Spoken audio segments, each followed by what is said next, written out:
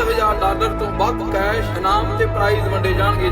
ਇਹ ਮੁਕਾਬਲਾ 14 ਜੁਲਾਈ ਦਿਨ ਐਤਵਾਰ Gurdwara Sikh Cultural Society Richmond Hill New York ਵਿਖੇ ਹੋਏਗਾ। ਪੂਰੇ ਅਮਰੀਕਾ ਅਤੇ ਕੈਨੇਡਾ ਦੇ ਵੱਖ-ਵੱਖ ਸ਼ਹਿਰਾਂ ਤੋਂ ਖਿਡਾਰੀ ਪਹੁੰਚ ਰਹੇ ਹਨ। ਮੁਕਾਬਲੇ ਵਿੱਚ ਭਾਗ ਲੈਣ ਵਾਲੇ ਖਿਡਾਰੀਆਂ ਨੂੰ theyoung.org ਤੇ ਆਨਲਾਈਨ ਰਜਿਸਟ੍ਰੇਸ਼ਨ ਕਰਨੀ ਲਾਜ਼ਮੀ ਹੈ। ਰਜਿਸਟ੍ਰੇਸ਼ਨ ਡੈਡਲਾਈਨ 30 ਜੂਨ ਦੀ ਹੈ। ਸਰਬੱਤ ਸੰਗਤਾਂ ਦੇ ਚਰਨਾਂ ਵਿੱਚ ਬੇਨਤੀ ਹੈ ਕਿ ਗੱਤਕੇ ਮੁਕਾਬਲੇ ਵਿੱਚ ਪਹੁੰਚ ਕੇ ਵੱਧ ਚੜ੍ਹ ਕੇ ਹਾਜ਼ਰੀ ਭਰੋ ਅਤੇ ਖਿਡਾਰੀਆਂ ਦੇ ਜ਼ੋਰ ਵੇਖੋ ਜੀ। ਵਾਹਿਗੁਰੂ ਜੀ ਕਾ ਖਾਲਸਾ, ਵਾਹਿਗੁਰੂ ਜੀ ਕੀ ਫਤਿਹ।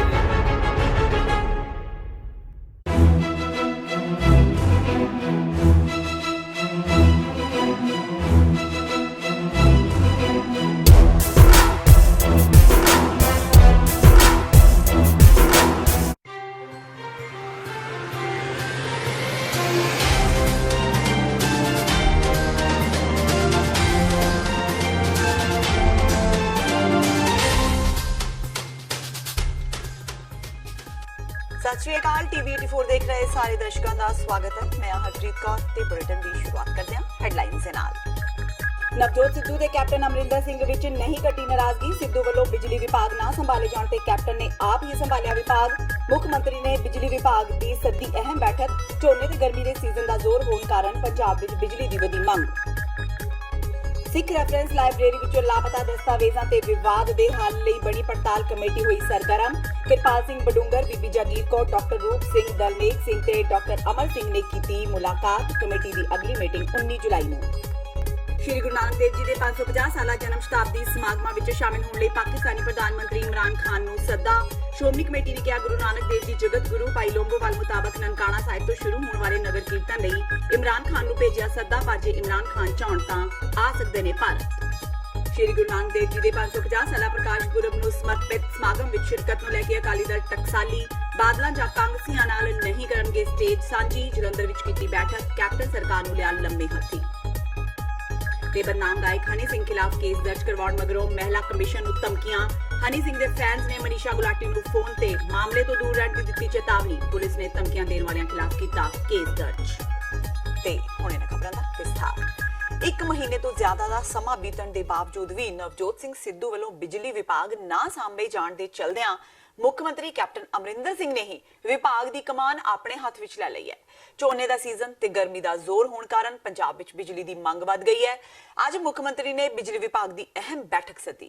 दस्सणयोग कि पिछले कुछ दिनों तो मुख्यमंत्री बिजली विभाग के काम की देखरेख कर रहे हैं ते इस तो पहला उन्होंने बिजली विभाग दी कई फाइलां भी पास कीतियां सन।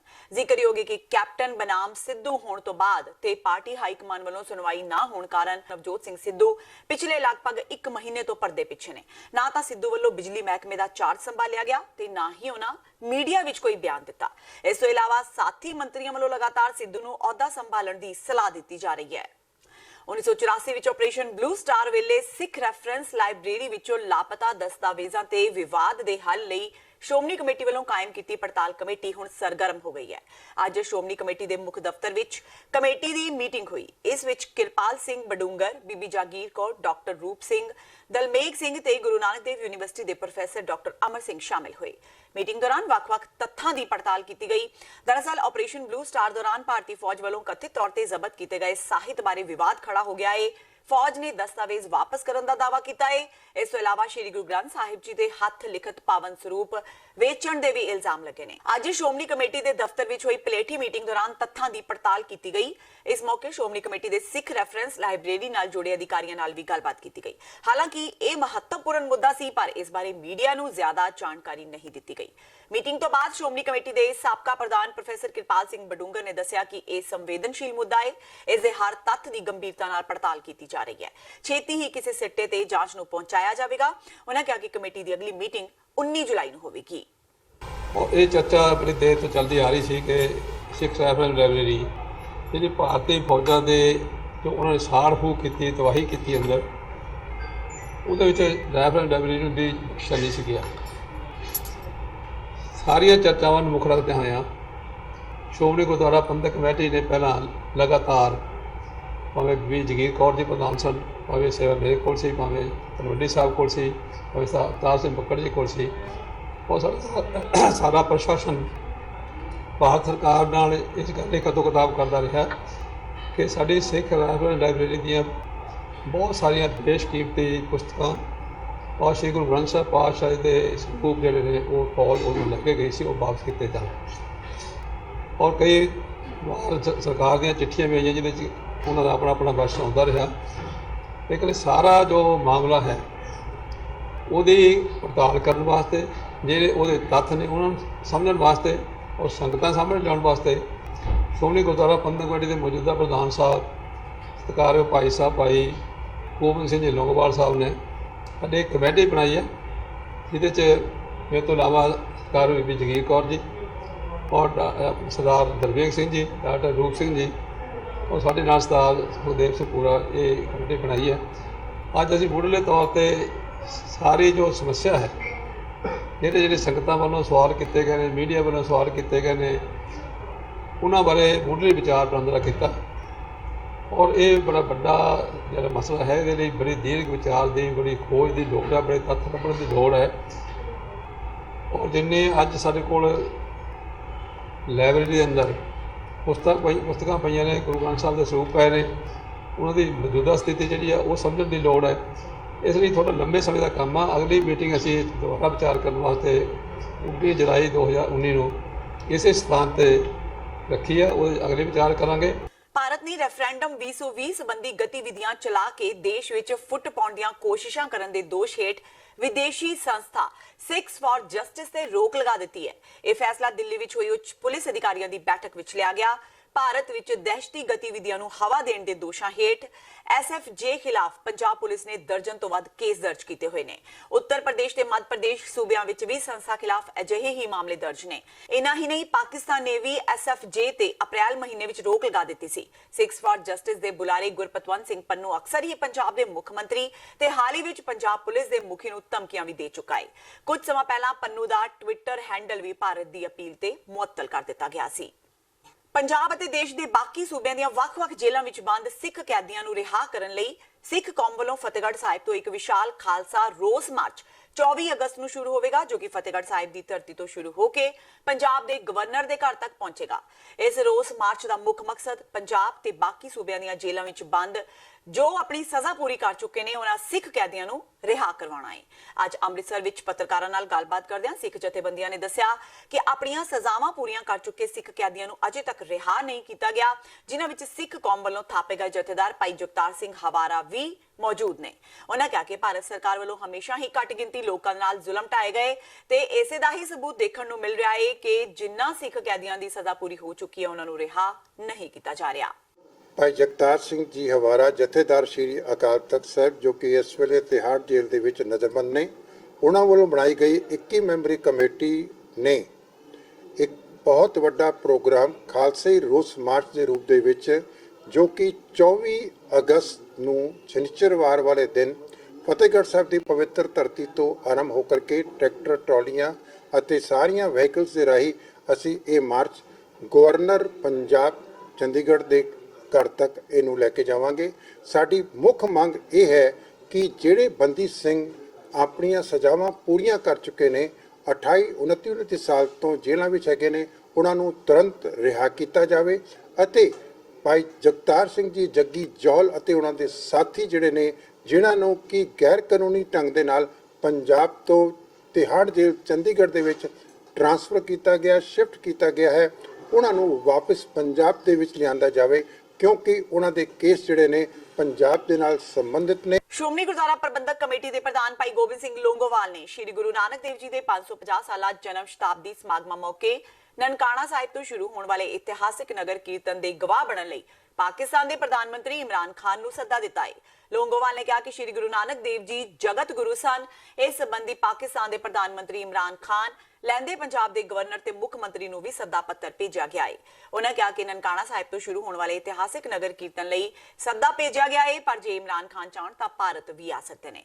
ਇਕੱਲੇ ਹੀ ਭਾਰਤ ਦੇ ਪ੍ਰਧਾਨ ਮੰਤਰੀ ਨਰਿੰਦਰ ਮੋਦੀ ਨੂੰ ਸੱਦਾ ਪੱਤਰ ਦਿੱਤੇ ਜਾਣ ਤੇ ਕਾਂਗਰਸ ਵੱਲੋਂ ਇਤਰਾਜ਼ ਬਾਰੇ ਉਹਨਾਂ ਕਿਹਾ ਕਿ ਹਮੇਸ਼ਾ ਕੋਸ਼ਿਸ਼ ਰਹੀ ਹੈ ਕਿ ਉਹ ਸਾਰਿਆਂ ਨੂੰ ਨਾਲ ਲੈ ਕੇ ਸ਼੍ਰੀ ਗੁਰੂ ਨਾਨਕ ਦੇਵ ਜੀ ਦੀ ਜਨਮ ਸ਼ਤਾਬਦੀ ਮਨਾਉਣ।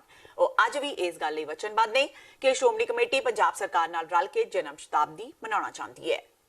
ਇੱਕ ਬਹੁਤ ਵੱਡਾ ਵਿਸ਼ਾਲ ਅੰਤਰਰਾਸ਼ਟਰੀ ਪੱਧਰ ਦਾ ਨਗਰ ਕੀਰਤਨ ਜਿਹੜਾ ਪਾਕਿਸਤਾਨ ਦੀ ਉਹ ਮਹਾਨ ਧਰਤੀ ਜਿੱਥੇ ਸ਼੍ਰੀ ਗੁਰੂ ਨਾਨਕ ਦੇਵ ਸਾਹਿਬ ਮਹਾਰਾਜ ਦਾ ਪ੍ਰਕਾਸ਼ ਹੋਇਆ ਸੀ, ਉਸ ਸਥਾਨ ਤੋਂ ਸ਼੍ਰੋਮਣੀ ਗੁਰਦੁਆਰਾ ਪ੍ਰਬੰਧਕ ਕਮੇਟੀ ਵੱਲੋਂ ਇੱਕ ਵਿਸ਼ਾਲ ਨਗਰ ਕੀਰਤਨ ਅਸੀਂ ਲੈ ਕੇ ਆ ਰਹੇ ਹਾਂ। ਔਰ ਉਹਦੇ ਸੰਬੰਧੀ ਕੱਲ੍ਹ ਵੀ ਸਾਰੀਆਂ ਅਸੀਂ ਡਿਊਟੀਆਂ ਵੀ ਲਾਈਆਂ ਨੇ, ਸਾਡੇ ਜਿੰਦੇ ਮੁਲਾਜ਼ਮ ਨੇ ਸਕੱਤਰ ਸਾਹਿਬਾਨ ਦੀਆਂ ਮੀਟਿੰਗਾਂ ਵੀ ਕੀਤੀਆਂ ਨੇ।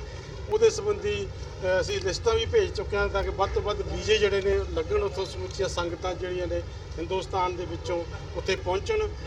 ਜਿੱਥੇ ਪਾਕਿਸਤਾਨ ਤੋਂ ਵੀ ਸੰਗਤਾਂ ਦਾ ਬਹੁਤ ਵੱਡਾ ਉਤਸ਼ਾਹ ਪਾਇਆ ਜਾ ਰਿਹਾ ਹੈ, ਉੱਥੋਂ ਦੀ ਜਿਹੜੀ ਪਾਕਿਸਤਾਨ ਦੀ ਗੁਰਦੁਆਰਾ ਪ੍ਰਬੰਧਕ ਕਮੇਟੀ ਹੈ, ਉਹਨਾਂ ਦੇ ਪ੍ਰਧਾਨ ਸਾਹਿਬ ਤੇ ਸਮੁੱਚੀ ਕਮੇਟੀ ਵੱਲੋਂ ਬਹੁਤ ਵੱਡਾ ਸਹਿਯੋਗ ਦਿੱਤਾ ਜਾ ਰਿਹਾ ਹੈ। ਬੜੀਆਂ ਤਿਆਰੀਆਂ ਕੀਤੀਆਂ ਜਾ ਰਹੀਆਂ। ਉਹਨਾਂ ਨੇ ਸਾਨੂੰ ਚਿੱਠੀ ਵੀ ਲਿਖੀ ਹੈ ਕਿ ਅਸੀਂ ਹਰ ਤਰ੍ਹਾਂ ਦਾ ਸਹਿਯੋਗ ਦੇਵਾਂਗੇ। ਇਸ ਤੋਂ ਇਲਾਵਾ ਮੈਂ ਪਾਕਿਸਤਾਨ ਦੇ ਜਿਹੜੇ ਪ੍ਰਧਾਨ ਮੰਤਰੀ ਨੇ ਇਮਰਾਨ ਖਾਨ, ਉਹਨਾਂ ਨੂੰ ਵੀ ਚਿੱਠੀ ਲਿਖੀ ਹੈ ਤੇ ਉਹਨਾਂ ਨੂੰ ਵੀ ਸੱਦਾ ਪੱਤਰ ਭੇਜਿਆ ਕਿ ਉਹ ਵੀ ਉਸ ਸ਼ੁਭ ਮੌਕੇ 'ਤੇ ਜਦੋਂ ਉੱਥੇ ਨਗਰ ਕੀਰਤਨ ਆਰੰਭ ਹੋਵੇ ਉੱਥੇ ਆਉਣ। ਇਸ ਤੋਂ ਇਲਾਵਾ ਜਿਹੜੇ ਲਹਿੰਦਾ ਪੰਜਾਬ ਹੈ, ਉੱਥੋਂ ਦੇ ਮੁੱਖ ਮੰਤਰੀ, ਉੱਥੋਂ ਦੇ ਗਵਰਨਰ ਸਾਹਿਬ ਨੂੰ ਵੀ ਇਹ ਜਿਹੜੀ ਚਿੱਠੀ ਭੇਜੀ ਹੈ। ਜਿਹੜਾ ਆਕਾਸ਼ ਬੋਰਡ ਹੈ ਉਹਦਾ ਚੇਅਰਮੈਨ ਸਾਹਿਬ, ਉਹ ਵੀ ਉੱਥੇ ਪਹੁੰਚ ਰਹੇ ਨੇ। ਸੋ ਇਹ ਬਹੁਤ ਵਿਸ਼ਾਲ ਪੱਧਰ 'ਤੇ ਜਿਹੜੀਆਂ ਅਸੀਂ ਤਿਆਰੀਆਂ ਕਰਨ ਜਾ ਰਹੇ ਹਾਂ। ਤੇ ਇਸੇ ਤਰ੍ਹਾਂ ਜਦੋਂ ਨਗਰ ਕੀਰਤਨ ਜਿਹੜਾ ਸਾਡਾ ਬਾਘਾ ਬਾਰਡਰ ਅਟਾਰੀ ਤੇ ਪਹੁੰਚੇਗਾ, ਉੱਥੇ ਇੱਕ ਬਹੁਤ ਵੱਡਾ ਭਰਵਾਂ ਸਵਾਗਤ ਜਿਹੜਾ ਉਸ ਨਗਰ ਕੀਰਤਨ ਦਾ ਕੀਤਾ ਜਾਵੇਗਾ। ਸ਼੍ਰੀ ਗੁਰੂ ਨਾਨਕ ਦੇਵ ਜੀ ਦੇ 550 ਸਾਲਾ ਪ੍ਰਕਾਸ਼ ਪੁਰਬ ਨੂੰ ਸਮਰਪਿਤ ਸਮਾਗਮ ਵਿੱਚ ਸ਼ਿਰਕਤ ਨੂੰ ਲੈ ਕੇ ਅਕਾਲੀ ਦਲ ਟਕਸਾਲੀ ਨੇ ਵੀ ਅੱਜ ਜਲੰਧਰ ਵਿੱਚ ਇੱਕ ਬੈਠਕ ਕੀਤੀ। ਬੈਠਕ ਵਿੱਚ ਅਕਾਲੀ ਦਲ ਟਕਸਾਲੀ ਦੀ ਸਮੂਹ ਲੀਡਰਸ਼ਿਪ ਹਾਜ਼ਰ ਰਹੀ। ਪੱਤਰਕਾਰਾਂ ਨਾਲ ਗੱਲਬਾਤ ਦੌਰਾਨ ਸੇਵਾ ਸਿੰਘ ਸੇਖਵਾਂ ਨੇ ਕਿਹਾ ਕਿ ਉਹ ਕਿਸੇ ਵੀ ਕੀਮਤ ਤੇ ਕਾਂਗਰਸ ਜਾਂ ਅਕਾਲੀ ਦਲ ਬਾਦਲ ਨਾਲ ਸਟੇਜ ਸਾਂਝੀ ਨਹੀਂ ਕਰਨਗੇ। ਇਸ ਤੋਂ ਇਲਾਵਾ ਉਹਨਾਂ SYL ਪੰਜਾਬ ਵਿੱਚ ਨਸ਼ਿਆਂ ਦੇ ਪਸਾਰ ਸਮੇਤ ਹੋਰ ਕਈ ਮੁੱਦਿਆਂ ਤੇ ਕਾਂਗਰਸ ਸਰਕਾਰ ਨੂੰ ਲੰਮੇ ਹੱਥੀ ਲਿਆ ਕਿ ਪਾਰਟੀ ਆਰਗੇਨਾਈਜੇਸ਼ਨ ਦਾ ਸਾਰਾ ਢਾਂਚਾ ਬਣਾਉਣ ਵਾਸਤੇ ਇੱਕ 5 ਮੈਂਬਰੀ ਕਮੇਟੀ ਜਿਹੜੀ ਆ ਉਹ ਇਹਨਾਂ ਨੇ ਬਣਾਈ ਆ, ਜਿਹਦੇ ਵਿੱਚ ਮੈਂ ਸਰਦਾਰ ਵੀਰ ਦਵਿੰਦਰ ਸਿੰਘ ਹੋਣੀ, ਡਾਕਟਰ ਰਤਨ ਸਿੰਘ ਜੀ, ਸਰਦਾਰ ਉਜਾਗਰ ਸਿੰਘ ਜੀ ਆਪਣੇ ਵਡਾਲੀ ਤੇ ਬੱਬੀ ਬਾਦਲ ਜੀ, ਇਹ 5 ਮੈਂਬਰਾਂ ਦੀ ਕਮੇਟੀ ਬਣਾਈ ਆ ਜਿਹੜੀ ਇਹ ਫੈਸਲਾ ਕਰੇਗੀ ਕਿ ਪਾਰਟੀ ਆਰਗੇਨਾਈਜੇਸ਼ਨ ਦਾ ਜਿਹੜਾ ਸਾਰਾ ਢਾਂਚਾ ਵਾ ਪਿੰਡ ਤੋਂ ਲੈ ਕੇ ਪ੍ਰਧਾਨ ਤੱਕ ਦਾ ਉਹ ਕਿਵੇਂ ਤਿਆਰ ਕਰਨਾ। ਬੜਾ ਸਮਾਂਬੰਦ ਕਰਕੇ ਉਹਨੂੰ ਇਹਨਾਂ ਦੀਆਂ ਹਦਾਇਤਾਂ ਨੇ ਕਿ ਇਹ ਕਰੀਬ 3 ਮਹੀਨੇ ਦੇ ਵਿੱਚ ਪਿੰਡ ਪੱਧਰ ਤੱਕ ਕਮੇਟੀਆਂ ਜਿਹੜੀਆਂ ਇਹਦੀਆਂ ਬਣਾਈਆਂ ਜਾਣ। ਇਸ ਕਮੇਟੀ ਨੂੰ ਹੀ ਇਹਨਾਂ ਨੇ ਇਹ ਵੀ ਹਦਾਇਤ ਕੀਤੀ ਆ ਕਿ ਜਿਹੜਾ ਗੁਰੂ ਨਾਨਕ ਸਾਹਿਬ ਦਾ 550 ਸਾਲਾ ਗੁਰਪੁਰਬ ਆ ਰਿਹਾ ਆ, ਉਹਨੂੰ ਮਨਾਉਣ ਵਾਸਤੇ ਵੀ ਸਾਰਾ ਪ੍ਰੋਗਰਾਮ ਉਲੀਕਿਆ ਜਾਵੇ। ਸਭ ਤੋਂ ਵੱਡੀ ਗੱਲ ਜਿਹੜੀ ਅਸੀਂ ਕੀਤੀ ਆ ਉਹ ਇਹ ਕੀਤੀ ਆ ਕਿ ਅਸੀਂ ਉਹਨਾਂ ਲੋਕਾਂ ਨਾਲ, ਜਿਨ੍ਹਾਂ ਲੋਕਾਂ ਨੇ ਗੁਰੂ ਗ੍ਰੰਥ ਸਾਹਿਬ ਦੀ ਬੇਅਦਬੀ ਕੀਤੀ ਕਰਵਾਈ, ਜਿਨ੍ਹਾਂ ਤੇ ਦੂਸ਼ਣ ਲੱਗੇ ਨੇ, ਜਿਨ੍ਹਾਂ ਨੂੰ ਸਮਨ ਕਰਕੇ ਸਿੱਟ ਨੇ ਬਿਆਨ ਲਏ ਨੇ, ਉਹਨਾਂ ਲੋਕਾਂ ਨਾਲ ਅਸੀਂ ਮਿਲ ਕੇ ਇਹ ਜਿਹੜਾ ਗੁਰਪੁਰਬ ਆ ਉਹ ਨਹੀਂ ਮਨਾ ਸਕਦੇ। ਤੇ ਹੁਣ ਵੇਲਾ ਹੋ ਗਿਆ ਬ੍ਰੇਕ ਦਾ। ਬਾਕੀ ਦੀਆਂ ਖਬਰਾਂ ਇਸ ਬ੍ਰੇਕ ਤੋਂ ਬਾਅਦ।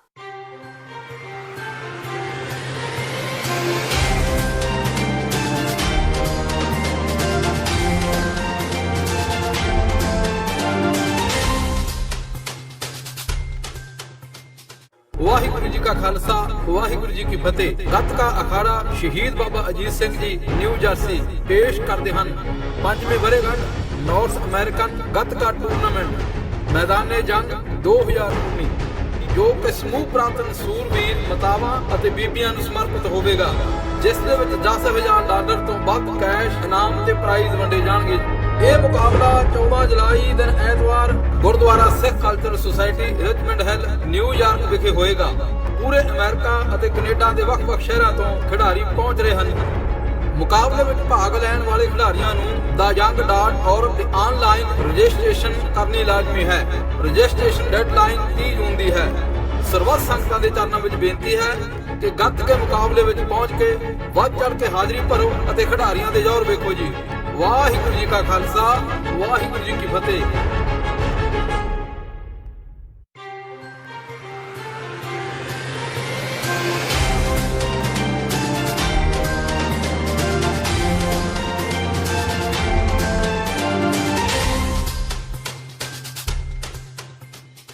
ਬ੍ਰੇਕ ਤੋਂ ਬਾਅਦ ਟੀਵੀ 84 ਦੇ ਖਬਰਾਂ ਦੇ ਬੁਲੇਟਿਨ ਵਿੱਚ ਸਵਾਗਤ ਹੈ। ਵਾਦਿਆਂ ਅਗਲੀ ਖਬਰ ਵੱਲ। ਸ਼੍ਰੀ ਗੁਰੂ ਨਾਨਕ ਦੇਵ ਜੀ ਦੇ 550 ਸਾਲਾ ਪ੍ਰਕਾਸ਼ ਪੁਰਬ ਨੂੰ ਸਮਰਪਿਤ ਫਿਰੋਜ਼ਪੁਰ ਦੇ ਅਨਾਥ ਆਸ਼ਰਮ ਵਿੱਚ ਪੰਜਾਬ ਦੇ ਕੈਬਨਿਟ ਮੰਤਰੀ ਸੁਖਜਿੰਦਰ ਸਿੰਘ ਰੰਧਾਵਾ ਵੱਲੋਂ 550 ਦਰਖਤ ਲਗਾਏ ਗਏ। ਪੱਤਰਕਾਰਾਂ ਨਾਲ ਗੱਲਬਾਤ ਕਰਦਿਆਂ ਰੰਧਾਵਾ ਨੇ ਕਿਹਾ ਕਿ ਸਾਡਾ ਫਰਜ਼ ਸਿਰਫ ਦਰਖਤ ਲਗਾਉਣ ਤੱਕ ਨਹੀਂ, ਸਗੋਂ ਉਸ ਦੀ ਦੇਖ-ਰੇਖ ਕਰਕੇ ਉਸ ਨੂੰ ਪਾਲਣਾ ਵੀ ਹੈ।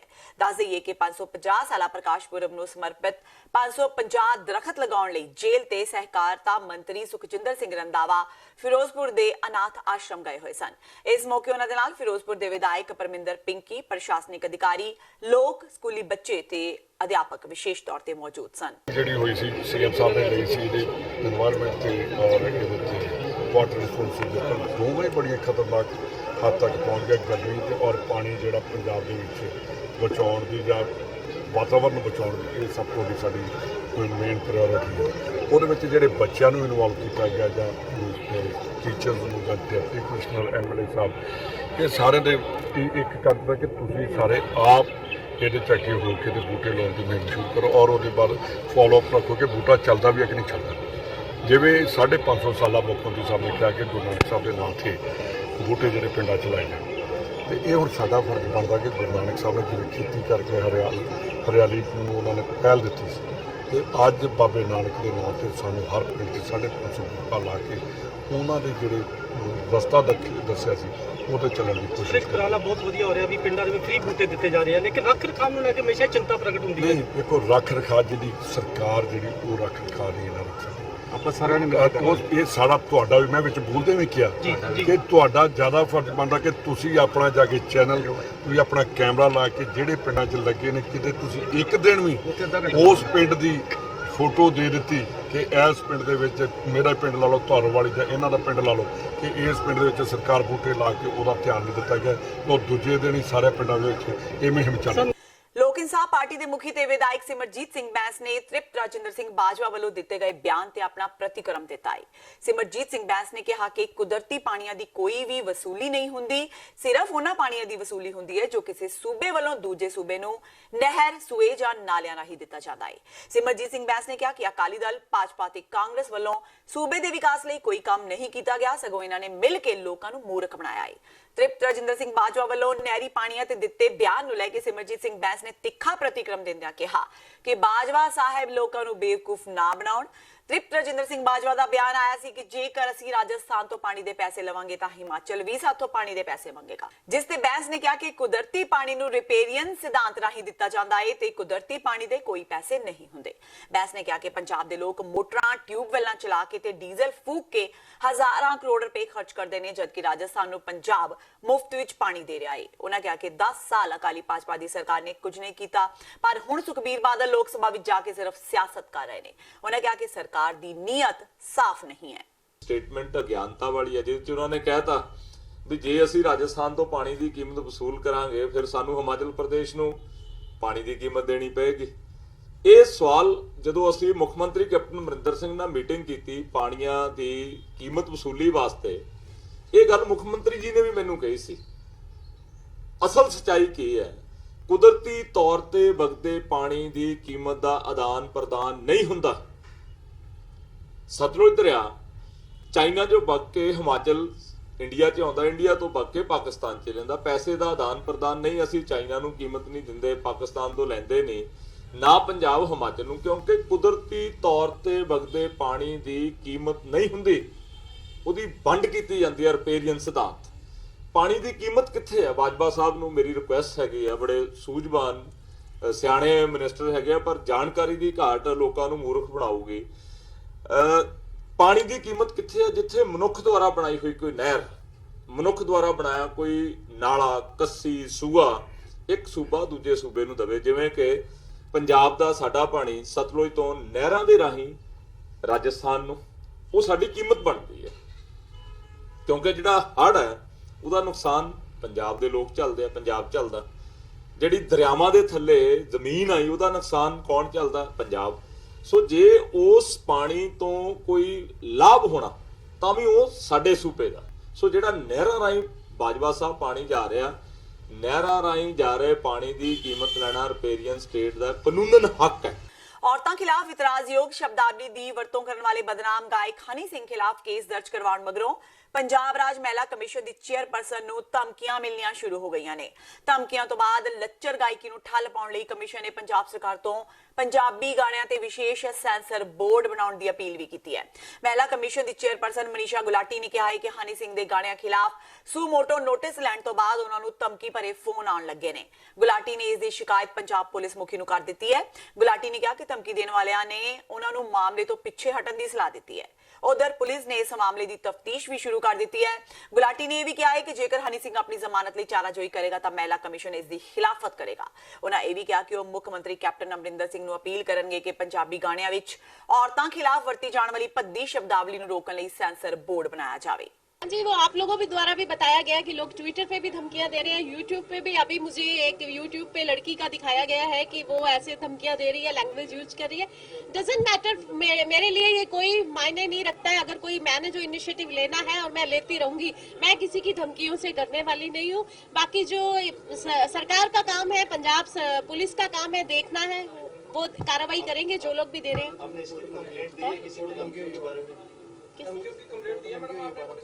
हाँ, आपने हाँ जी, मैंने आज भी डीजीपी साहब से और सीएम साहब से टाइम मांगा हुआ है। बिल्कुल ध्यान, स्क्रीनशॉट ले लिए गए हैं उनके, तो उनके ध्यान में मैटर है। मेरे ख्याल उन लोगों को पता है धमकियां मिल रही हैं। दोबारा से आज बात की जाएगी और हमने रिपोर्ट भी मांगी हुई है। 12 तारीख को हमारी लोक अदालत है। 12 तारीख को हनी सिंह से जुड़ी कि उसकी एफआईआर दर्ज होने के बाद पंजाब पुलिस ने क्या किया, हमें एक रिपोर्ट पेश की जाएगी। उसके बाद हम आगे तय करेंगे कि देखेंगे। और अभी मेन कंसर्न यही है कि पंजाब सरकार से हमारी कमीशन ने मांग की है कि एक पंजाब में भी सेंसर बोर्ड होना चाहिए। जो सिंगर्स ऐसे गाने बोलते हैं जिनका प्रोफेशन है या कुछ भी ऐसे वीडियो शूट किए जाते हैं, उन्हें पंजाब सेंसर बोर्ड की परमिशन हो। अदरवाइज पंजाब में हम अपने यूथ को या पंजाब के सभ्याचार को खत्म नहीं होने देंगे। पंजाब रोडवेज के ड्राइवर ਨੂੰ ਟਿਕਟੌਕ ਤੇ ਵੀਡੀਓ ਬਣਾਉਣਾ ਮਹਿੰਗਾ ਪੈ ਗਿਆ। ਉਸਨੇ ਬੱਸ ਚਲਾਉਂਦਿਆਂ ਟਿਕਟੌਕ ਤੇ ਵੀਡੀਓ ਬਣਾਇਆ ਜੋ ਵੇਖਦਿਆਂ ਹੀ ਵੇਖਦਿਆਂ ਸੋਸ਼ਲ ਮੀਡੀਆ ਤੇ ਵਾਇਰਲ ਹੋ ਗਿਆ। ਇਸ ਮਗਰੋਂ ਮੁਸਾਫਰਾਂ ਦੀ ਜਾਨ ਖਤਰੇ ਵਿੱਚ ਪਾਉਣ ਵਾਲੇ ਇਸ ਡਰਾਈਵਰ ਨੂੰ ਸਸਪੈਂਡ ਕਰਕੇ ਬਲੈਕਲਿਸਟ ਕਰਨ ਦੀ ਕਾਰਵਾਈ ਸ਼ੁਰੂ ਕਰ ਦਿੱਤੀ ਗਈ ਹੈ। ਟਿਕਟੌਕ ਵਾਲੇ ਇਸ ਡਰਾਈਵਰ ਦਾ ਨਾਮ ਅਮਨਜੋਤ ਸਿੰਘ ਹੈ ਤੇ ਵੀਡੀਓ 1 ਜੁਲਾਈ ਦੀ ਰਾਤ ਦਾ ਹੈ। ਅਮਨਜੋਤ ਨੇ ਇਹ ਵੀਡੀਓ ਜਲੰਧਰ ਤੋਂ ਦਿੱਲੀ ਤੱਕ ਦੇ ਸਫ਼ਰ ਦੌਰਾਨ ਬਣਾਇਆ। ਵੀਡੀਓ ਦੇਖਦਿਆਂ ਹੀ ਦੇਖਦਿਆਂ ਸੋਸ਼ਲ ਮੀਡੀਆ ਤੇ ਵਾਇਰਲ ਹੋ ਗਿਆ। ਵੀਡੀਓ ਸਾਹਮਣੇ ਆਉਣ ਤੋਂ ਬਾਅਦ ਡਰਾਈਵਰ ਨੂੰ ਸਸਪੈਂਡ ਕਰਕੇ ਬਲੈਕਲਿਸਟ ਕਰ ਦਿੱਤਾ ਗਿਆ ਹੈ ਤਾਂ ਜੋ ਉਹ ਕਦੇ ਕੋਈ ਬੱਸ ਚਲਾ ਹੀ ਨਾ ਸਕੇ। ਪੰਜਾਬ ਰੋਡਵੇਜ਼ ਜਲੰਧਰ ਦੇ ਜਨਰਲ ਮੈਨੇਜਰ ਪਰਨੀਤ ਸਿੰਘ ਦਾ ਕਹਿਣਾ ਹੈ ਕਿ ਡਰਾਈਵਰ ਦੇ ਇਸ ਕਾਰੇ ਲਈ ਉਹ ਸ਼ਰਮਿੰਦਾ ਨੇ। ਆਉਣ ਵਾਲੇ ਦਿਨਾਂ ਵਿੱਚ ਰੋਡਵੇਜ਼ ਡਰਾਈਵਰਾਂ ਦੇ ਡੋਪ ਟੈਸਟ ਵੀ ਕਰਵਾਏ ਜਾਣਗੇ ਤਾਂ ਜੋ ਨਸ਼ੇ ਕਰਨ ਵਾਲਿਆਂ ਦੀ ਪਛਾਣ ਹੋ ਸਕੇ। ਇਹ ਬੜੀ ਮੰਦਭਾਗੀ ਗੱਲ ਹੋਈ ਹੈ ਜੀ, ਜਿਹੜੀ ਹੋਈ ਹੈ ਵਿੱਚ ਇਹ ਰੂਟ ਤੇ ਬੰਦਾ ਗੱਡੀ ਚਲਾਉਂਦਾ ਹੋਇਆ ਇਹੋ ਜਿਹੀ ਅਣਗਹਿਲੀ ਕਰਦਾ। ਤੇ ਕਿਉਂਕਿ ਇਹਨਾਂ ਨੂੰ ਸਭ ਤੋਂ ਪਹਿਲੇ ਹਦਾਇਤ ਕੀਤੀ ਜਾਂਦੀ ਵੀ ਤੁਸੀਂ ਫੋਨ ਨਹੀਂ ਯੂਜ਼ ਕਰਨਾ। ਫੋਨ ਤਾਂ ਫਿਰ ਵੀ ਇੱਕ ਆਡੀਓ ਹੈਗੀ ਹੈ, ਤੇ ਜੇ ਬੰਦਾ ਆਪਣਾ ਵੀਡੀਓ ਬਣਾ ਰਿਹਾ ਹੈ ਦੈਟ ਮੀਨਸ ਇੱਕ ਹੱਥ 'ਚ ਉਹਨੇ ਫੋਨ ਫੜਿਆ ਹੋਇਆ ਤੇ ਦੂਜੇ ਪਾਸੇ ਆਪਣਾ ਧਿਆਨ ਵੀ ਉੱਧਰ ਵੱਲ ਦੇ ਰਿਹਾ ਤੇ ਰੂਟ ਤੋਂ ਆਪਣੇ ਅੱਖਾਂ ਲਾ ਰਿਹਾ। ਸੋ ਇਹ ਬਹੁਤ ਇਨਫੈਕਟ ਮੰਦਭਾਗੀ ਗੱਲ ਹੈ ਜੀ। ਬੜੀ ਮਹਿਕਮੇ ਲਈ, ਸਾਡੇ ਲਈ ਬੜੀ ਮੰਦਭਾਗੀ ਗੱਲ ਹੈ ਵੀ ਕੋਈ ਸਾਡਾ ਡਰਾਈਵਰ ਇਹੋ ਜਿਹਾ ਕੰਮ ਕਰੇ। ਉਹਦੇ ਤੇ ਉਸੇ ਵੇਲੇ ਹੀ ਜਦੋਂ ਰਿਪੋਰਟ ਆਈ ਚੰਦ ਮਿੰਟਾਂ 'ਚ ਹੀ ਉੱਤੇ ਐਕਸ਼ਨ ਕਰਦੇ ਹੋਏ ਉਹਨੂੰ ਰੂਟ ਤੇ ਆਫ ਕਰ ਦਿੱਤਾ ਗਿਆ। ਬਾਕੀ ਉਹਦੇ ਖਿਲਾਫ ਕਾਰਵਾਈ ਸ਼ੁਰੂ ਕਰ ਦਿੱਤੀ ਹੈ ਜੀ। ਖਾਕੀ ਦੀ ਆੜ ਵਿੱਚ ਨਸ਼ੇ ਦੀ ਸਪਲਾਈ ਕਰਨ ਵਾਲੇ ਇੱਕ ਹਵਲਦਾਰ ਨੂੰ ਨੌਕਰੀ ਤੋਂ ਬਰਖਾਸਤ ਕਰ ਦਿੱਤਾ ਗਿਆ ਹੈ। ਪ੍ਰਿਤਪਾਲ ਸਿੰਘ ਨਾਮ ਦਾ ਇਹ ਹਵਲਦਾਰ ਨਵਾਂ ਸ਼ਹਿਰ ਪੁਲਿਸ ਵਿੱਚ ਤੈਨਾਤ ਸੀ। ਬੀਤੇ ਦਿਨੀ ਸੀਆਈਏ ਸਟਾਫ ਨੇ ਇੱਕ ਸੂਚਨਾ ਤੇ ਕਾਰਵਾਈ ਕਰਦਿਆਂ ਇੱਕ ਔਰਤ ਤੇ ਇੱਕ ਪੁਰਸ਼ ਨੂੰ ਨਸ਼ੀਲੀਆਂ ਗੋਲੀਆਂ ਵੇਚਦਿਆਂ ਕਾਬੂ ਕੀਤਾ ਸੀ। ਪੁੱਛਗਿੱਛ ਤੋਂ ਬਾਅਦ ਪੁਲਿਸ ਨੇ ਆਪਣੇ ਹੀ ਵਿਭਾਗ ਦੇ ਇੱਕ ਹੌਲਦਾਰ ਨੂੰ ਵੀ ਇਹਨਾਂ ਨਾਲ ਨਾਮਜ਼ਦ ਕੀਤਾ ਸੀ।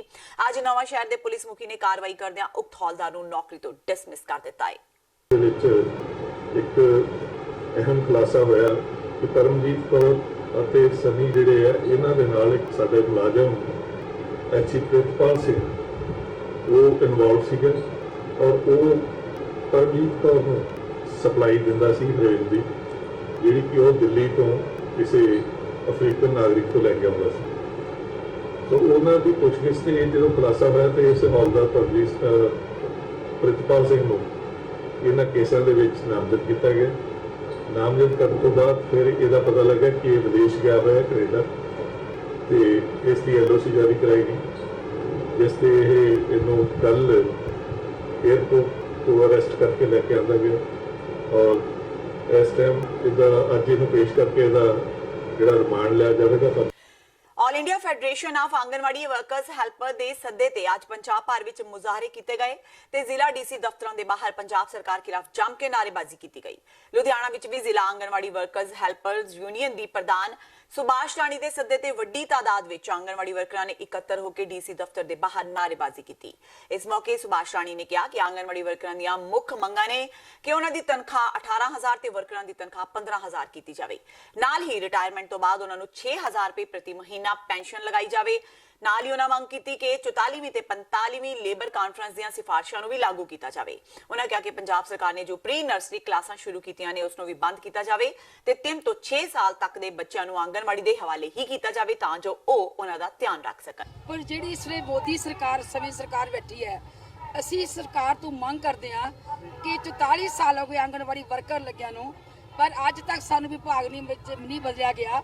ਜਿਹੜਾ ਸਾਡਾ ਚਪੜਾਸੀ ਹੈ, ਚਪੜਾਸੀ ਤੋਂ ਲੈ ਕੇ ਡਾਇਰੈਕਟਰ ਤੱਕ ਸਾਰੇ ਕਰਮਚਾਰੀ ਅਧਿਕਾਰੀ ਹੈ, ਪਰ ਜਿਹੜੀ ਧੁਰਾਰਾਂ ਦੀ ਆਂਗਨਵਾੜੀ ਵਰਕਰ ਤੇ ਹੈਲਪਰ ਹੈ ਅੱਜ ਉਹਨੂੰ ਪੱਕਿਆ ਨਹੀਂ ਮੰਨਿਆ ਜਾ ਰਿਹਾ, ਅਨਵੇਰੀ ਵਰਕਰ ਕਿਹਾ ਜਾ ਰਿਹਾ ਹੈ। ਤੋਂ ਅਸੀਂ ਚਾਹੁੰਦੇ ਵੀ ਘੱਟੋ ਘੱਟ ਜਿਹੜੀ ਆਂਗਨਵਾੜੀ ਵਰਕਰ ਤੇ ਹੈਲਪਰ ਹੈ ਦਰਜਾ 3 ਤੇ ਦਰਜਾ 4 ਦਾ ਇਹਨਾਂ ਨੂੰ ਦਰਜਾ ਦਿੱਤਾ ਜਾਵੇ। ਔਰ ਜਿਹੜੀ ਕੇਂਦਰ ਸਰਕਾਰ ਵੱਲੋਂ 44ਵੀਂ ਔਰ 45ਵੀਂ ਲੇਬਰ ਕਾਨਫਰੰਸ ਦੀ ਸਿਫਾਰਿਸ਼ਾਂ ਹੈ ਉਹ ਤੁਰੰਤ ਲਾਗੂ ਕੀਤੀਆਂ ਜਾਣ। ਗੁਰਦਾਸਪੁਰ ਦੇ ਪਿੰਡ ਪੁਗਣਾ ਵਿੱਚ ਜ਼ਮੀਨੀ ਵਿਵਾਦ ਨੂੰ ਲੈ ਕੇ ਪਿੰਡ ਦੇ ਹੀ ਕੁਝ ਲੋਕਾਂ ਨੇ ਇੱਕ 16 ਸਾਲ ਦੇ ਨੌਜਵਾਨ ਗੁਰਪ੍ਰੀਤ ਸਿੰਘ ਤੇ ਹਮਲਾ ਕਰਕੇ ਉਸ ਨੂੰ ਮੌਤ ਦੇ ਘਾਟ ਉਤਾਰ ਦਿੱਤਾ। ਦੱਸਿਆ ਜਾ ਰਿਹਾ ਹੈ ਕਿ ਮ੍ਰਿਤਕ ਨੌਜਵਾਨ ਤੇ ਉਸ ਦੇ ਪਿਤਾ ਦਿਲਬਾਗ ਸਿੰਘ ਆਪਣੇ ਖੇਤਾਂ ਵਿੱਚ ਕੰਮ ਕਰ ਰਹੇ ਸਨ ਤੇ ਇਸੇ ਦੌਰਾਨ ਪਿੰਡ ਦੇ ਕੁਝ ਹਥਿਆਰਬੰਦ ਲੋਕਾਂ ਨੇ ਤੇਜ਼ਧਾਰ ਹਥਿਆਰਾਂ ਨਾਲ ਉਹਨਾਂ ਤੇ ਹਮਲਾ ਕਰ ਦਿੱਤਾ। ਘਟਨਾ ਵਿੱਚ ਗੁਰਪ੍ਰੀਤ ਸਿੰਘ ਦੀ ਮੌਤ ਹੋ ਗਈ। ਪੁਲਿਸ ਨੇ ਮੌਕੇ ਤੇ ਪਹੁੰਚ ਮ੍ਰਿਤਕ ਦੀ ਲਾਸ਼ ਨੂੰ ਪੋਸਟਮਾਰਟਮ ਲਈ ਭੇਜ ਕੇ ਜਾਂਚ ਸ਼ੁਰੂ ਕਰ ਦਿੱਤੀ ਹੈ। ਮ੍ਰਿਤਕ ਦੇ ਪਿਤਾ ਦਿਲਬਾਗ ਸਿੰਘ ਅਨੁਸਾਰ ਉਹਨਾਂ ਕੋਲ ਪਿੰਡ ਵਿੱਚ 12 ਕਿੱਲੇ ਜ਼ਮੀਨ ਹੈ। ਪਿੰਡ ਦੇ ਕੁਝ ਲੋਕ ਉਹਨਾਂ ਦੀ ਜ਼ਮੀਨ ਤੇ ਕਬਜ਼ਾ ਕਰਨਾ ਚਾਹੁੰਦੇ ਸਨ, ਜਿਨ੍ਹਾਂ ਵਿੱਚੋਂ ਇੱਕ ਪੁਲਿਸ ਮੁਲਾਜ਼ਮ ਹੈ ਤੇ ਇੱਕ ਸਾਬਕਾ ਫੌਜੀ ਹੈ। ਉਹਨਾਂ ਦੀ ਪਹਿਲਾਂ ਵੀ ਕਈ ਵਾਰ ਖੇਤ ਦੀ ਵੱਟ ਨੂੰ ਲੈ ਕੇ ਤਕਰਾਰਬਾਜ਼ੀ ਹੋਈ ਹੈ। ਕੱਲ ਦੇਰ ਸ਼ਾਮ ਉਹ ਆਪਣੇ ਖੇਤਾਂ ਵਿੱਚ ਕੰਮ ਕਰ ਰਹੇ ਸਨ ਤੇ ਗੁਰਪ੍ਰੀਤ ਖੇਤ ਦੀ ਵੱਟ ਪਾ ਰਿਹਾ ਸੀ, ਜਿਸ ਦੌਰਾਨ ਪੰਮਾ, ਰਤਨ, ਸੁੱਖਾ, ਤਿਰਾਬ ਤੇ ਸਨੀ ਨੇ ਆ ਕੇ ਉਸ ਉੱਪਰ ਹਮਲਾ ਕਰ ਦਿੱਤਾ। ਉਹਨਾਂ ਦੱਸਿਆ ਕਿ ਸੁੱਖੇ ਨੇ ਗੁਰਪ੍ਰੀਤ ਉੱਪਰ ਕਿਰਚ ਨਾਲ 6 ਵਾਰ ਕੀਤੇ, ਜਿਸ ਨਾਲ ਉਸ ਦੀ ਮੌਕੇ ਤੇ ਹੀ ਮੌਤ ਹੋ ਗਈ। ਉਹਨਾਂ ਲੋਕਾਂ ਨੇ ਉਸਦੇ ਪਿਤਾ ਦਿਲਬਾਗ ਨੂੰ ਵੀ ਮਾਰਨਾ ਸ਼ੁਰੂ ਕਰ ਦਿੱਤਾ, ਪਰ ਉਸਨੇ ਕਿਸੇ ਤਰ੍ਹਾਂ ਭੱਜ ਕੇ ਆਪਣੀ ਜਾਨ ਬਚਾਈ। ਪਰਿਵਾਰ ਵਾਲਿਆਂ ਨੇ ਦੋਸ਼ੀਆਂ ਉੱਪਰ ਸਖਤ ਕਾਰਵਾਈ ਕਰਨ ਦੀ ਮੰਗ ਕੀਤੀ ਹੈ। ਪੁਲਿਸ ਨੇ ਇਨਸਾਫ ਦਾ ਭਰੋਸਾ ਦਿੱਤਾ ਹੈ। ਇਹ ਜੀ ਮੈਨੂੰ ਉੱਥੇ ਪਿੰਡ 'ਚ ਰਹਿਣਾ ਨਹੀਂ ਦੇਣਾ ਚਾਹੁੰਦੇ। ਜ਼ਿਆਦਾ ਬੰਦੇ ਨੇ ਪੁਲਿਸ ਵਿੱਚ ਨੇ, 2 ਭਰਾ, ਇੱਕ ਪੁਲਿਸ ਵਿੱਚ ਇੱਕ ਫੌਜੀ ਲਟਾਇਆ ਹੈਗਾ, ਪਿਤਾ ਵੀ ਫੌਜੀ ਆ। ਬੰਦੇ ਜ਼ਿਆਦਾ ਨੇ, ਮੈਨੂੰ ਇਹ ਕਹਿੰਦੇ ਤੈਨੂੰ ਪਿੰਡ 'ਚ ਰਹਿਣ ਨਹੀਂ ਦੇਣਾ। ਲੋਕਾਂ ਨਾਲ ਵੀ ਲੜਾਉਂਦੇ ਨੇ, ਫਿਰ ਆਪ ਲੜਦੇ। ਹੁਣ ਮੇਰਾ ਬੰਨਾ ਵੱਢ ਲੇਗਾ ਸੀ, ਮੈਂ ਲਾਗੇ ਗਿਆ ਪਹਿਲੀ ਵਾਰ, ਮੇਰਾ ਟਰੈਕਟਰ ਪਹਿਲੀ 'ਚ ਤੇ ਮੈਨੂੰ ਇਹ ਜੀ ਪੈ ਗਏ ਉੱਥੇ ਸਾਨੂੰ। ਨਾ ਜੀ ਚਰਨ ਸਿੰਘ, ਆਪਣੇ ਰਤਨ ਸਿੰਘ, ਉਹਦੇ 2 ਮੁੰਡੇ ਨੇ, ਸਰਨਜੀਤ ਸਿੰਘ ਤੇ ਪਰਮਜੀਤ ਸਿੰਘ। ਠੀਕ ਹੈ ਜੀ। ਇਹ ਇੱਕ ਪੁਲਿਸ ਵਿੱਚ ਆ ਜੀ। ਕਿਉਂ ਪਈ ਦਾ ਰਵਾਨ ਕੀ ਗੱਲ ਸੀ? ਕਾਰਨ ਉਦਾਂ ਹੀ ਜੀ ਪੈਲੀ ਨਾਲ ਬੰਨਾ ਜੀ, ਉਹਦੇ ਕਰਕੇ ਅਸੀਂ ਪੈਲੀ ਵਾਹੁੰਦੇ ਸੀ ਜੀ। ਝੋਨਾ ਸਵੇਰ ਦੇ ਲੱਗੇ ਦੇ ਸੀ ਬੱਚੇ, ਤੇ ਇਹ ਆ ਕੇ ਪੈ ਗਏ ਨੇ ਸਾਨੂੰ ਜੀ। ਅਸੀਂ ਤੁਸੀਂ ਵੀ ਨਾਲ ਹੀ? ਹਾਂਜੀ, ਮੈਂ ਪੈਲੀ ਵਾਹੁਣ। ਇਹ ਸਾਨੂੰ ਹੁਣੇ ਪਤਾ ਲੱਗਾ ਕਿ ਗੁਰਪ੍ਰੀਤ ਨਾਂ ਦਾ ਲੜਕਾ ਆ, ਪਿੰਡ ਬੁਗਨਾ, ਥਾਣਾ ਦੁਰੰਗਲਾ 'ਚ ਪੈਂਦਾ ਆ, ਕਿ ਉਹਨਾਂ ਦਾ ਕੋਈ ਵੱਟ ਦਾ ਝਗੜੇ ਤੋਂ ਕਾਰਨ ਦੂਜੀ ਪਾਰਟੀ ਦੇ ਬੰਦਿਆਂ ਨੇ ਕਿਰਚਾਂ ਮਾਰੀਆਂ, ਜਿਹਦੇ ਨਾਲ ਉਹਦੀ ਡੈਥ ਹੋ ਗਈ ਹੈ। ਸੋ ਅਸੀਂ ਮੌਕੇ ਤੇ ਆਏ ਹਾਂ ਹਸਪੀਟਲ, ਤੇ ਹੁਣ ਬਾਕੀ ਸਾਰਾ ਵੈਰੀਫਾਈ ਕਰਦੇ ਹਾਂ ਕੀ ਹੋਇਆ, ਕਿੱਦਾਂ ਹੋਇਆ। ਤੇ ਇਹ ਸਨ ਹੁਣ ਤੱਕ ਦੀਆਂ ਖਬਰਾਂ। ਜਾਂਦੇ ਇੱਕ ਵਾਰ ਫੇਰ ਨਜ਼ਰ ਮਾਰਦੇ ਹਾਂ ਮੁੱਖ ਖਬਰਾਂ ਤੇ। ਨਵਜੋਤ ਸਿੱਧੂ ਦੇ ਕੈਪਟਨ ਅਮਰਿੰਦਰ ਸਿੰਘ ਵਿੱਚ ਨਹੀਂ ਘਟੀ ਨਾਰਾਜ਼ਗੀ। ਸਿੱਧੂ ਵੱਲੋਂ ਬਿਜਲੀ ਵਿਭਾਗ ਨਾ ਸੰਭਾਲੇ ਜਾਣ ਤੇ ਕੈਪਟਨ ਨੇ ਆਪ ਹੀ ਸੰਭਾਲਿਆ ਵਿਭਾਗ। ਮੁੱਖ ਮੰਤਰੀ ਨੇ ਬਿਜਲੀ ਵਿਭਾਗ ਦੀ ਸੱਦੀ ਅਹਿਮ ਬੈਠਕ। ਝੋਨੇ ਤੇ ਗਰਮੀ ਦੇ ਸੀਜ਼ਨ ਦਾ ਜ਼ੋਰ ਹੋਣ ਕਾਰਨ ਪੰਜਾਬ ਵਿੱਚ ਬਿਜਲੀ ਦੀ ਵਧੀ ਮੰਗ। ਸਿੱਖ ਰੈਫਰੈਂਸ ਲਾਇਬ੍ਰੇਰੀ ਵਿੱਚੋਂ ਲਾਪਤਾ ਦਸਤਾਵੇਜ਼ਾਂ ਤੇ ਵਿਵਾਦ ਦੇ ਹੱਲ ਲਈ ਬਣੀ ਪੜਤਾਲ ਕਮੇਟੀ ਹੋਈ ਸਰਗਰਮ। ਕਿਰਪਾਲ ਸਿੰਘ ਬਡੂੰਗਰ, ਬੀਬੀ ਜਾਗੀਰ ਕੌਰ, ਡਾਕਟਰ ਰੂਪ ਸਿੰਘ, ਦਲਮੇਕ ਸਿੰਘ ਤੇ ਡਾਕਟਰ ਅਮਰ ਸਿੰਘ ਨੇ ਕੀਤੀ ਮੁਲਾਕਾਤ। ਕਮੇਟੀ ਦੀ ਅਗਲੀ ਮੀਟਿੰਗ 19 ਜੁਲਾਈ ਨੂੰ। ਸ਼੍ਰੀ ਗੁਰੂ ਨਾਨਕ ਦੇਵ ਜੀ ਦੇ 550 ਸਾਲਾ ਜਨਮ ਸ਼ਤਾਬਦੀ ਸਮਾਗਮਾਂ ਵਿੱਚ ਸ਼ਾਮਿਲ ਹੋਣ ਲਈ ਪਾਕਿਸਤਾਨੀ ਪ੍ਰਧਾਨ ਮੰਤਰੀ ਇਮਰਾਨ ਖਾਨ ਨੂੰ ਸੱਦਾ। ਸ਼੍ਰੋਮਣੀ ਕਮੇਟੀ ਨੇ ਕਿਹਾ ਗੁਰੂ ਨਾਨਕ ਦੇਵ ਜੀ ਜਗਤ ਗੁਰੂ ਭਾਈ ਲੋਂਗੋਵਾਲ ਮੁਤਾਬਕ ਨਨਕਾਣਾ ਸਾਹਿਬ ਤੋਂ ਸ਼ੁਰੂ ਹੋਣ ਵਾਲੇ ਨਗਰ ਕੀਰਤਨ ਲਈ ਇਮਰਾਨ ਖਾਨ ਨੂੰ ਭੇਜਿਆ ਸੱਦਾ। ਪਰ ਜੇ ਇਮਰਾਨ ਖਾਨ ਚਾਹਣ ਤਾਂ ਆ ਸਕਦੇ ਨੇ ਪਰ। ਸ਼੍ਰੀ ਗੁਰੂ ਨਾਨਕ ਦੇਵ ਜੀ ਦੇ 550 ਸਾਲਾ ਪ੍ਰਕਾਸ਼ ਪੁਰਬ ਨੂੰ ਸਮਰਪਿਤ ਸਮਾਗਮ ਵਿੱਚ ਸ਼ਿਰਕਤ ਨੂੰ ਲੈ ਕੇ ਅਕਾਲੀ ਦਲ ਟਕਸਾਲੀ। ਬਾਦਲਾਂ ਜਾਂ ਕਾਂਗਰਸੀਆਂ ਨਾਲ ਨਹੀਂ ਕਰਨਗੇ ਸਟੇਜ ਸਾਂਝੀ। ਜਲੰਧਰ ਵਿੱਚ ਕੀਤੀ ਬੈਠਕ, ਕੈਪਟਨ ਸਰਕਾਰ ਨੂੰ ਲਿਆ ਲੰਮੇ ਹੱਥੀ। ਤੇ ਬਦਨਾਮ ਗਾਇਕ ਹਨੀ ਸਿੰਘ ਖਿਲਾਫ ਕੇਸ ਦਰਜ ਕਰਵਾਉਣ ਮਗਰੋਂ ਮਹਿਲਾ ਕਮਿਸ਼ਨ ਨੂੰ ਧਮਕੀਆਂ। ਹਨੀ ਸਿੰਘ ਦੇ ਫੈਨਸ ਨੇ ਮਨੀਸ਼ਾ ਗੁਲਾਟੀ ਨੂੰ ਫੋਨ ਤੇ ਮਾਮਲੇ ਤੋਂ ਦੂਰ ਰਹਿਣ ਦੀ ਦਿੱਤੀ ਚੇਤਾਵਨੀ। ਪੁਲਿਸ ਨੇ ਧਮਕੀਆਂ ਦੇਣ ਵਾਲਿਆਂ ਖਿਲਾਫ ਕੀਤਾ ਕੇਸ ਦਰਜ। ਇਸ ਨਾਲ ਹੀ TV 84 ਦਾ ਖਬਰਾਂ ਦਾ ਇਹ ਬੁਲੇਟਿਨ ਖਤਮ ਹੁੰਦਾ ਹੈ। ਮੈਨੂੰ ਹਰਪ੍ਰੀਤ ਕੌਰ ਨੂੰ ਦਿਓ ਇਜਾਜ਼ਤ। ਸਤਿ ਸ਼੍ਰੀ ਅਕਾਲ।